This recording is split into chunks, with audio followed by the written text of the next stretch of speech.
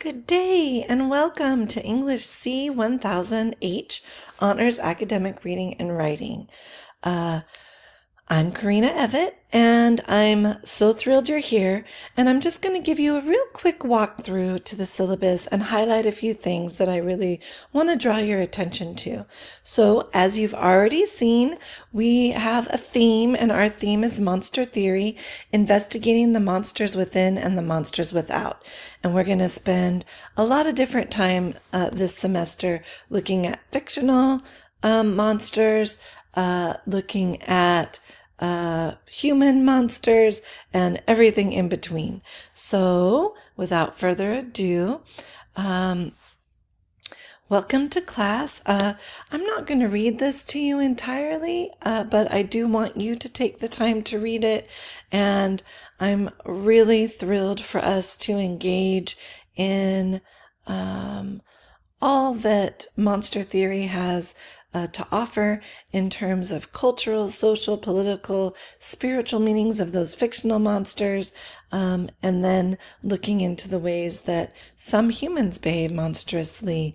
And then you can see that we're going to explore all different types of writing and read more about what I have to say. One thing I want to remind you is that you bring a lot to the table. You have a lot of experience and expertise, wisdom, and that's going to be so beneficial to our classroom community, our online academic community.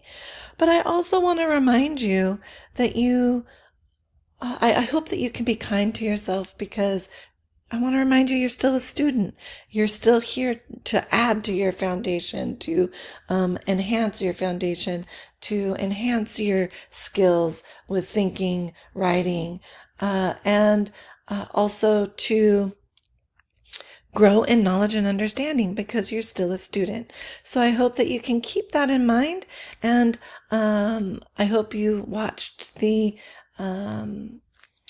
imposter syndrome video, and I'll talk more about perfectionism and being a recovering perfectionist. I'm here to be of service to you, so please reach out to me and to Michelle, your embedded tutor. We are here to help you be as successful as you can be in this online environment, and you aren't going through this class alone. You've got us and you've got your other colleagues. So we don't know what you need, and if you have questions, so please reach out, ask for help. If you have a question, ask as soon as you have it. Don't struggle throughout the week and lose time and get anxious or get more stressed. Get your question answered. It's a good question, I promise you. And I'm happy to answer it, or Michelle can answer it, however you feel more comfortable getting the information. But please, please, please, if you have a question about an assignment, about directions, about a due date, about anything at all within the class, reach out and get that answered as soon as possible, so that you can spend most of your time, most of your intellect, most of your energy doing the work for the class. Okay. I encourage you to see this class as a vehicle for you to foster your academic, creative, intellectual, and personal growth. Certainly, this class will be challenging. Part of my job as an educator is to challenge you, but it will be challenging in the most positive sense of the word. Therefore, I encourage you to see this class as an opportunity to rise to and even exceed the challenge. I know that you can. Truly, I look forward to this semester with hopeful anticipation for the enrichment of the heart, mind, and dare I say soul that our classroom community will bring. Here's a little bit about my teaching philosophy. This is how I live life, but it also translates into the classroom and into my role as an educator. As an individual, I live my life according to what Bell Hooks calls an ethic of love, which emphasizes an embodiment of care, commitment, trust, responsibility, respect, and knowledge in every aspect of every part of life. Thus, as an educator, I believe it is my responsibility not only to assist you with discovering the wonder and potential that the acts of creative, critical, and analytical thinking bring, but also to walk beside you as you venture on your academic journey, encouraging you to trust that you belong here and that you are most deserving and capable of living the life of your dreams, because you do and you are. And I'll leave you to read this quotation from Bell Hooks that is inspiring to me. Here are the books that you'll need for our class this semester, and we'll talk about the class schedule shortly. You can get them from the library, the bookstore. We also have a laptop loaner program if you need. Here are student hours. Please join me face to face if you're on campus. And if not, I don't list my hours here because I want to be open to when you're available. So if you'd like to meet with me other than Tuesday between 12 and 1:30, please just email me and I'll set up a Zoom meeting, or if we're on campus together, we can meet face to face, whatever you'd like. Here's other information about communicating with me throughout the week. Please know that I try to keep a work-life balance myself. So if you email me in the afternoon on Friday, please don't expect to hear from me Monday. I try to keep my weekends work-free, but sometimes I don't. Sometimes I'm still online doing stuff. So if I am, I might reach out to you, but please don't fret if you don't hear from me until Monday. During the week, there's usually a 24-hour turnaround. I'm usually even quicker than that. If I don't happen to respond to you within 24 hours, please reach out respectfully again. The email may have been buried between other emails and I may have accidentally missed it. I don't mind an extra reminder to reach out. So there's that. This gives you guiding thoughts of the course, gives you more information about how we're going to approach our topic of monster theory this semester and how it will relate to the writing and discourse that we'll have. Look, not all monsters are scary, so hopefully you'll see that too. We have other multiple ways for you to participate in our class this semester, so please keep that in mind. Here's more about my grading philosophy. Please take a look at this. I'll also draw your attention to it when I post the first grades, but I also want you to know how I approach grading and my philosophy in giving positive feedback.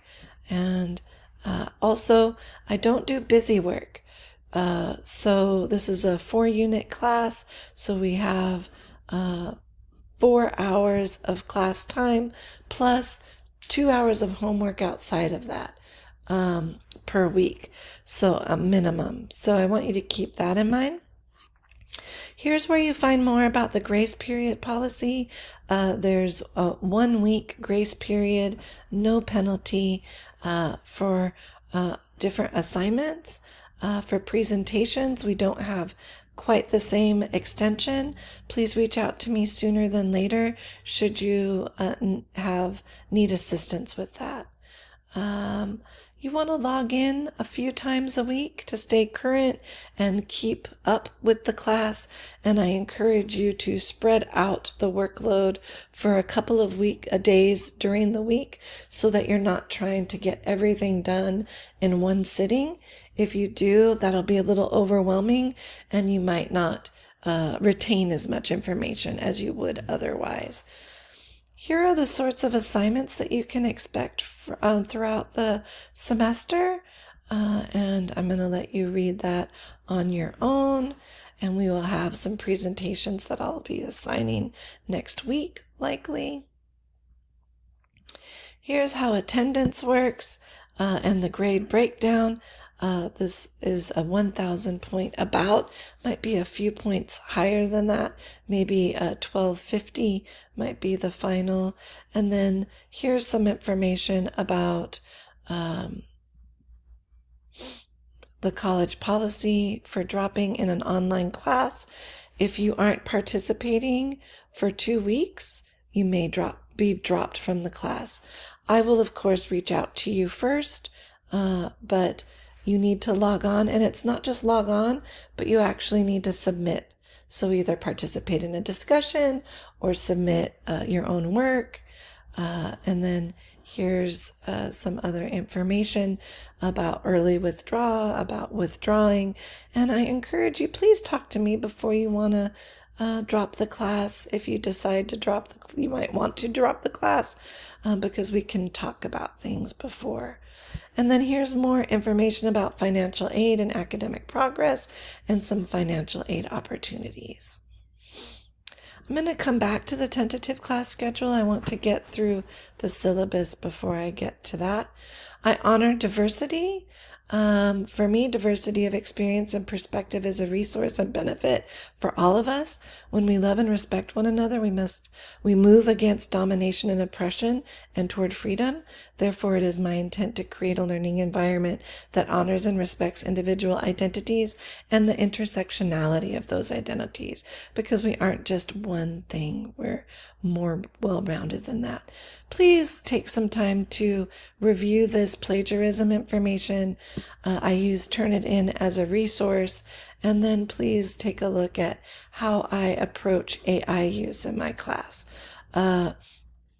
These are important policies that you'll be held accountable for throughout the course of the semester, and please reach out to me with any questions you might have. Here's some really great resources we have: disabled student services. I'm part of the Emoja community I'm a VetNet ally. You'll see I'm an ally for a number of different populations of students. I've gone through for the Emoja community a week-long training.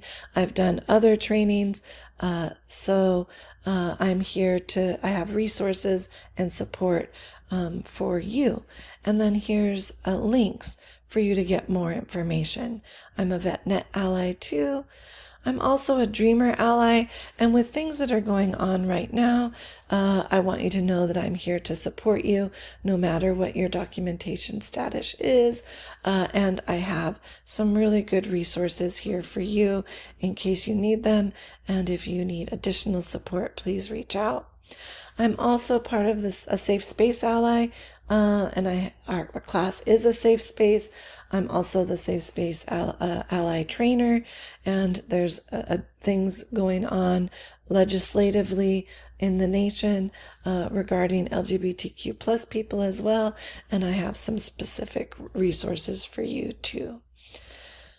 Please keep this in mind about gender equity laws, and if you have suffered any instance of sexual misconduct and you share that with me or any other faculty member, we are what's called mandatory reporters, so we would have to let the administration know and they would provide you some resources. If you don't want it to be reported that way, you can speak to our college psychologist who will keep it private, but I just hope you get assistance if you have endured any sexual misconduct. Here's we don't have a prerequisite for this class, and here are the outcomes for us in this class. So you can click this link, or you can also go up here and click onto the next page of our syllabus. Please meet Michelle. Michelle Pacheco is our embedded tutor. She's going to be holding some student hours for you as well. I'll be posting those for you, and she will be posting a welcome video for you as well. In addition to me, she's going to be assisting you with meeting with you, answering questions, providing you support. She's going to be contributing to our discussions. You'll have some meetings with her this semester that I'm requiring in addition to meeting with me. So you have lots of support in this class, and you aren't alone. For additional support, you've also got the Writing Center and professors in the Writing Center. If you're interested, please watch the video here for enrolling, and they have face-to-face and online appointments. This is our expectation agreement. To the left is what you can expect from me. And yes, you should have expectations of your professors. And this is what your colleagues and I will expect from you. Oops, excuse me, sorry about that. And so I want to come back to this idea of being perfectionist and giving yourself grace. I myself am a recovering perfectionist, and I say that because perfectionism is hard to overcome, but I think that it also can make life more difficult. I hope that in this class you will allow yourself to, we always want to strive to do our best, but life is not perfect. The world is not perfect. And to be human is to err, and we are not perfect. And striving for perfection can cause us more harm than good. So please allow yourself to make mistakes. Allow yourself to learn and grow. By making mistakes, we often learn how to do better.